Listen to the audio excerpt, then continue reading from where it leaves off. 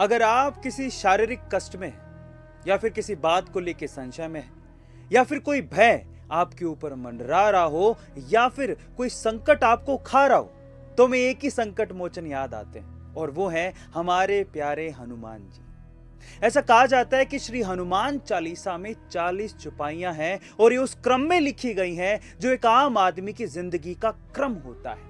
माना यह जाता है कि तुलसीदास जी ने चालीसा की रचना हनुमान जी को गुरु बना के भगवान राम को पाने के लिए की थी। अगर आप सिर्फ हनुमान चालीसा पढ़ रहे हैं तो यह आपको भीतरी शक्ति देगी, लेकिन अगर आप इसके अर्थ में छिपे जिंदगी के सूत्र समझ लें तो यह आपको जीवन के हर क्षेत्र में सफलता दिला देगी।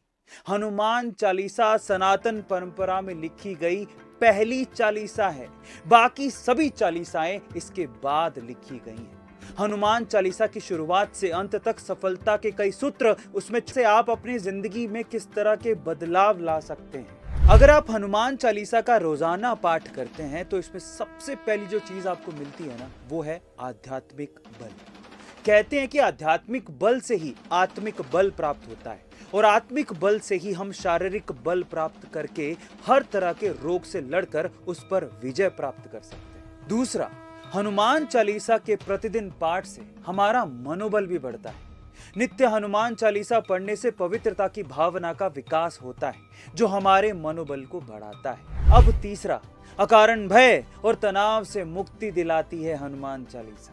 देखिए, हनुमान चालीसा में एक पंक्ति है, भूत पिशाच निकट नहीं आवे, महावीर जब नाम सुनावे। या फिर एक और पंक्ति है, सब सुख लहे तुम्हारी सरना, तुम रक्षक काहू को डरना।